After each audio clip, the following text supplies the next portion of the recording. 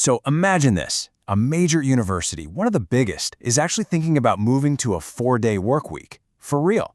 How on earth would that even work? And what's behind this pretty radical idea? Well, let's get into it. But before we dive in, let me ask you something. Could you, honestly, get all your work done in 4 days instead of 5 for the exact same pay? It's a pretty tempting thought, right? Well, for thousands of university staff, this isn't just some daydream anymore. It's on the table. So this is all happening at the University of Melbourne, and it's the professional staff there who are really leading the charge, pushing for some huge changes.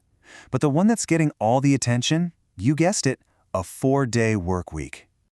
Okay, let's get down to the nitty-gritty. The proposal, which is coming from the National Tertiary Education Union, or the NTEU, is for about half the university staff to switch to a 4-day week.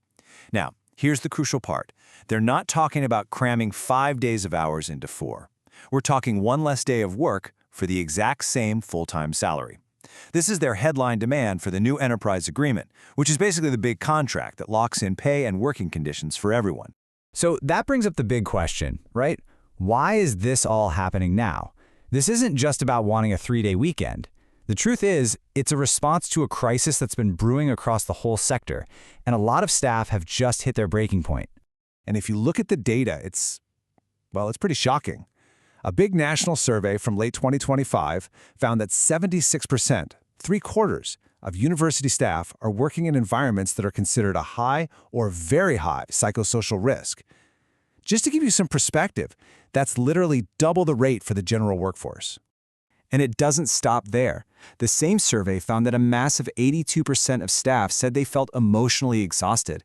We're not just talking about being a bit tired here. We are talking about deep, systemic burnout on a huge scale. And you can actually put a price tag on this extra work. The amount of unpaid overtime from full-time university staff adds up to an estimated $271 million every single year. That is a staggering amount of free labor propping up the system. And of course, this has a real impact on students. The NTEU branch president, David Gonzalez, puts it perfectly. This isn't just about staff well-being. When people are burned out, it directly affects the quality of the teaching and research that these universities are supposed to be famous for. Okay, so the problem is crystal clear. What's the solution they're putting forward?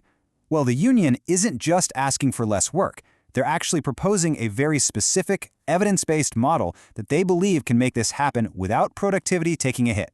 It's called the 180-100 model, and it's being tested all over the world. The deal is pretty simple when you break it down. You get 100% of your pay for working 80% of the time, but, and this is the key, you commit to delivering 100% of your usual output. The whole idea is that a shorter week forces everyone to be way more efficient, cutting out pointless meetings and tasks to focus on what actually moves the needle. It's all about working smarter, not longer. And the 4-day week is really just the big headliner. It's part of a much bigger push for better conditions all around. They're also asking for a major pay bump, real protections against crazy workloads, some rules around AI taking jobs, and much better conditions for casual staff like getting proper retirement contributions. It's a whole package designed to fix the system. So here's the million-dollar question. This 180-100 model, it sounds great on paper, but does it actually work in the real world? Well, this is where the evidence is really, really interesting. Let's take a look at what the global trials are telling us. And honestly, the results are pretty wild. A 6-month trial right here in Australia and New Zealand saw productivity shoot up by an incredible 54%. Not to mention huge health benefits for employees. Other trials with over 100 companies around the world found the same things. People were staying in their jobs longer and burnout rates just plummeted. It makes sense why big names like Unilever are sticking with it after seeing results like these.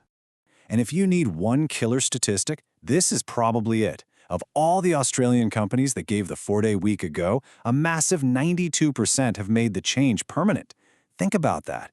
Businesses don't make a switch like that unless it's genuinely working for them and for their bottom line. So the evidence seems pretty solid. What happens next for the University of Melbourne?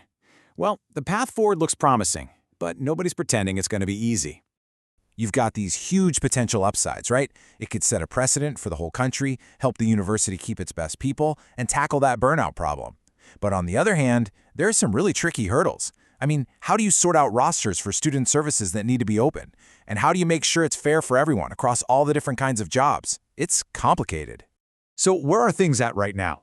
Well, negotiations have been going on since October 2025, and the university has said the talks are productive. The end game here is to get an agreement that everyone can basically agree on and then put it to a vote for all the staff sometime in late 2026. You know, this whole situation at just one university really highlights a much bigger story. The entire world of academic work is changing, and it's changing fast.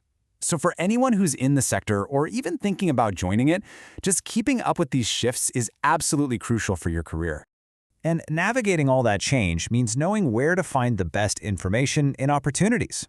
It's interesting. The sources we drew on for this explainer all seem to point to platforms like academicjobs.com as being one of the most reliable places to not only find a job, but to really stay on top of how careers in higher ed are evolving. It's pretty much an essential tool if you're in this world. Which kind of brings us back to where we started. The union president said the university prides itself on being evidence-led. And as we've seen, the evidence for the 4-day week is pretty powerful. So I guess the final question is, will that evidence be enough to actually reshape the future of work? We'll definitely be watching this one. Thanks for tuning in.